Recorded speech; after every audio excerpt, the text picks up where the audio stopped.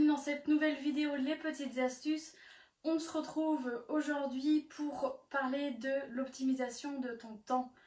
Ton temps est précieux, ton temps t'a été donné par Dieu et ta vie en soi est déterminée par un temps qui t'est donné sur cette terre. Tu es venu du ciel sur la terre, Dieu t'a envoyé sur cette terre avec un but, une mission précise et tu as un temps. Tu as un temps donné sur cette terre que tu passeras quitter inconnu, mais tu vas avoir un nombre d'années à vivre sur cette terre pour atteindre cet objectif, pour rentrer dans ta destinée, l'accomplir et être au plus proche de Jésus-Christ avant de retourner vers lui. Et c'est important pour le temps qu'on a de l'optimiser un maximum. Parce que ce temps est précieux, ce temps est fort, c'est un temps unique qu'on passe à l'échelle de l'éternité, c'est un temps qui nous est donné en nombre d'années à vivre sur cette terre. Et c'est extraordinaire de vivre cette expérience de terrien, on va dire, et d'avoir la possibilité d'être connecté à Dieu, d'être connecté à Jésus-Christ, d'avoir cette relation précieuse avec lui sur cette terre en fait. Et Dieu t'a donné une mission, tu n'es pas sur cette terre par pur hasard biologique, bien au contraire, c'est Dieu qui a voulu ta présence sur cette terre. Et Dieu t'a envoyé sur cette terre parce qu'il avait une mission particulière, un besoin particulier. Et j'aimerais te dire que tu étais conçu, tu étais créé pile à la bonne taille pour remplir cette mission, avec en toi tout ce dont tu auras besoin pour accomplir cette mission, accomplir ta destinée. Tu n'as qu'à faire confiance à Dieu pour qu'il puisse s'exprimer au travers de toi et révéler ce potentiel, révéler la force, la créativité et toutes les armes qu'il t'a données pour accomplir cette destinée. Et il est important d'optimiser ton temps pour ne pas manquer le but, pour ne pas manquer ta destinée. Et pour ça, il y a 3 étapes principales à savoir. La première, c'est de savoir quelle est ta situation actuelle. Où est-ce que tu es actuellement? On va l'appeler la situation de départ. Cette situation de départ, c'est ton présent. C'est qui tu es. Qui es-tu? Quels sont tes attributs? Qu'est-ce que Dieu dit de toi?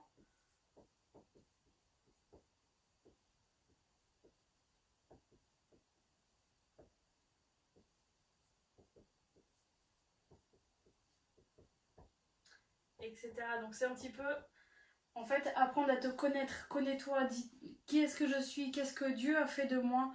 Quelles sont les forces qu'il m'a données? Quelle est mon identité en fait simplement? Tu es unique, je suis unique, on a chacun, chacune une destinée différente, des attributs, des forces différentes, une créativité différente, une imagination différente, et Dieu a voulu les choses ainsi pour qu'on puisse chacun être différent et répondre chacun à des choses particulières. Donc apprends à savoir qui est-ce que tu es, quelle est ton identité, qu'est-ce que Dieu a dit de toi, pourquoi Dieu t'a créé comme ça, et comment est-ce qu'il t'a créé. Est-ce que tu te connais vraiment? Ça, c'est à toi de le déterminer, de le savoir. En tout cas, celui qui peut te le révéler, c'est le Saint-Esprit.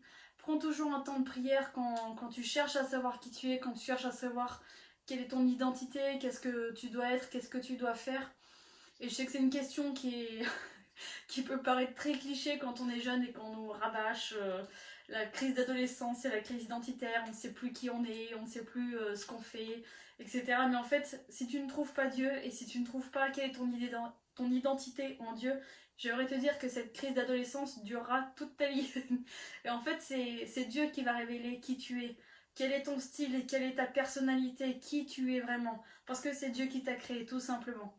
Et cherche à connaître cette identité-là parce que c'est ta vraie identité, c'est ce que tu es vraiment et c'est ce à quoi tu es appelé. Et une fois que tu as déterminé ta situation de départ, cherche à savoir quels sont tes objectifs. En connaissant qui tu es et qu'est-ce que Dieu dit de toi, tu vas savoir ce à quoi il t'appelle, tu vas savoir ce qu'il veut que tu fasses. Si Dieu a fait de toi une personne créative, si Dieu t'a donné des dons dans la musique, dans la danse, etc., c'est quelque chose qui va marquer ta destinée et qui fera partie certainement de ton objectif. À toi de le chercher toujours avec l'aide du Saint-Esprit. L'idée, c'est de connaître tes objectifs. Tes objectifs, ta destinée,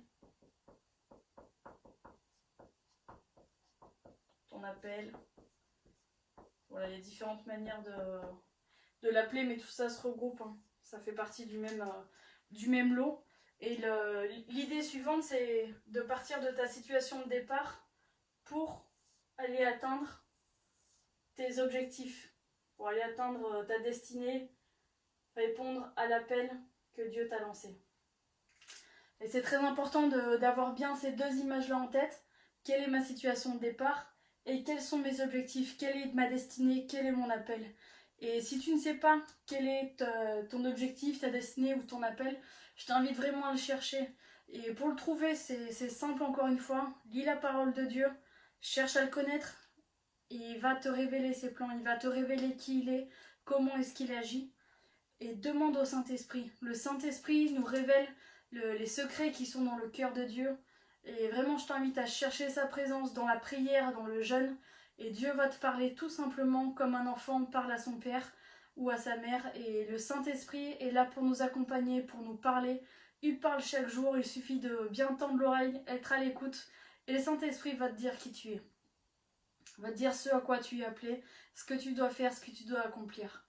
Et ensuite, vous voyez cette flèche bleue au milieu, elle a un sens. Et cette flèche bleue, c'est ton chemin. C'est le chemin que tu vas prendre pour y aller. On va le dessiner comme une petite route. Hop là. Pas des grands talents de dessinatrice, mais vous avez compris l'idée. Et sur cette route, il va y avoir plusieurs étapes, plusieurs points d'arrêt, plusieurs situations. Numéro 1, numéro 2, numéro 3, numéro 4, etc. Il peut y en avoir tout un tas. Et pour ceux qui étaient là au tout début des réunions de jeunes qu'on a commencé en décembre 2018, je ne sais pas si vous vous souvenez, mais j'avais fait un schéma un petit peu identique avec une flèche comme celle-là. Et il y avait un panneau au début sur lequel il était écrit Day 1. Le premier jour, le jour 1. Et ce jour 1, c'est à toi de le décider. C'est toi qui décides quand est-ce que ça commence. Et si c'est aujourd'hui, c'est aujourd'hui. Et félicitations à toi. Si tu as déjà pris ce Day 1 il y a des années, et ben félicitations, continue et persévère. Et si tu ne l'as pas encore pris, je t'invite à le prendre dès maintenant. C'est cet engagement que tu prends en face de Dieu, d'utiliser ton temps, d'utiliser ta vie pour le service du royaume. Et c'est là que tu commences directement. Des fois, on attend d'avoir un signe, d'avoir quelque chose qui va nous marquer, de voir quelque chose, que quelqu'un nous parle. Si tu attends ça, et ben je te le dis, vas-y, fonce, c'est aujourd'hui. Le signe que tu attends, c'est le panneau qui est là, c'est le jour 1, c'est le day 1. Commence maintenant, mets-toi face à Dieu, prie, cherche sa face de tout ton cœur. Tu vas le trouver et le Saint-Esprit va se révéler à toi, va te donner la parole et va te donner les différentes étapes à suivre. Ces différentes étapes, j'ai mis 1, 2, 3, 4 parce qu'elles sont toutes différentes les uns pour les autres. Mais surtout, ce qui est capital et ce qui est très important, c'est de suivre les étapes que le Saint-Esprit va te donner dans le temps donné. Suis les temps du Saint-Esprit. Laisse-toi conduire par lui. Ne te fixe pas des objectifs toi-même, mais demande à Dieu de te fixer des objectifs, de te montrer les temps dans lesquels tu dois rentrer. Il y a un passage dans la Bible qui dit qu'il y a un temps pour tout. Et il y a réellement un temps pour tout, mais il faut connaître les temps. Cherche à connaître les temps de Dieu pour ta vie, les saisons dans lesquelles tu es, les saisons que tu vas traverser. C'est pas simplement des belles images, c'est vraiment une réalité. Et c'est important de les connaître pour pouvoir optimiser ton temps et ne pas te retrouver 10 ans plus tard à dire « j'ai pas vu le temps passer ».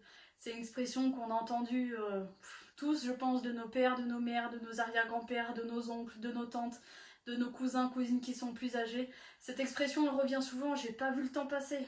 Tu verras, la vie passe vite, après 30 ans, tu vois plus le temps passer.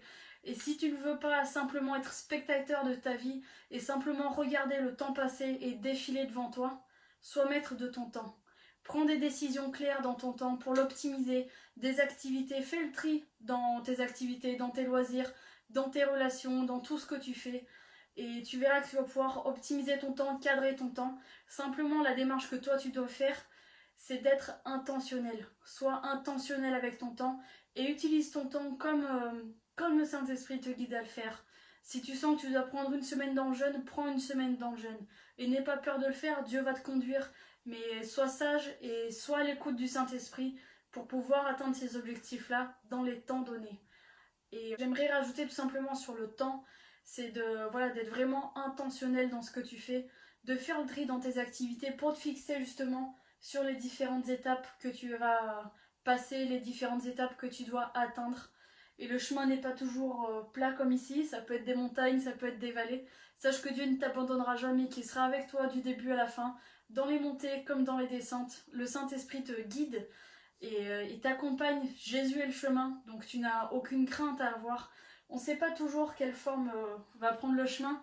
Ce qui est important, c'est de savoir qui est-ce qui est avec nous sur le chemin et où est-ce que le chemin nous mène. Une fois que tu as ça, tu peux optimiser ton temps pour être vraiment concentré sur ta course, concentré sur ton chemin et ne pas perdre ton temps ou simplement regarder le temps passer devant toi sans pouvoir rentrer dans l'action.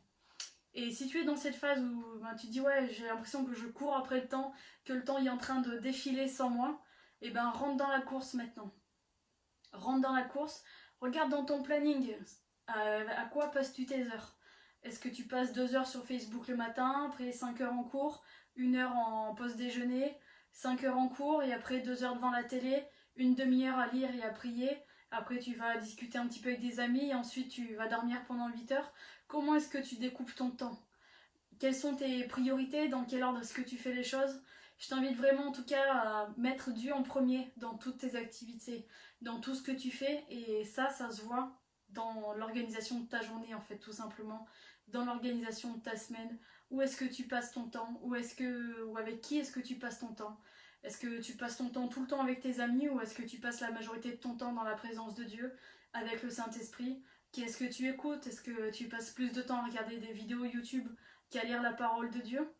Ça, c'est toi qui peux le savoir, mais fais ce point régulièrement pour ne pas te perdre et éviter de perdre ton temps, de gâcher ton temps. Optimise ton temps et surtout sois intentionnel dans ton planning, dans tes activités.